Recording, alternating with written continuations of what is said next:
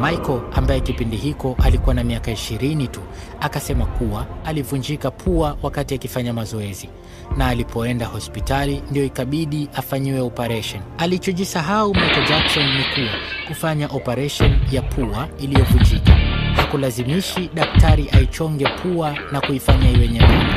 Kwa wengi waliona Michael Jackson ametafuta uongo wa kitoto kutukumbaza, hivyo akazidi kusakamwa hasa na vyombo vya habari. Safari moja huanzisha nyingine. Michael, baada ya kuchonga pua kwa mara ya kwanza, akaanza kupata tatizo la kushindwa kupumua. Ikamlazimu kurudi tena hospitali kurekebisha pua yake iliyochongwa vibaya kwa mara ya kwanza. Dr. Stephen Hoffley akamfanyia Michael Jackson operation ya pili ya kuchonga pua yake. Sasa, baada ya kuchonga pua mwaka 1983, kipindi hiko albamu yake ya Thriller ndio inasumbua dunia. Michael Jackson akaanza kujaza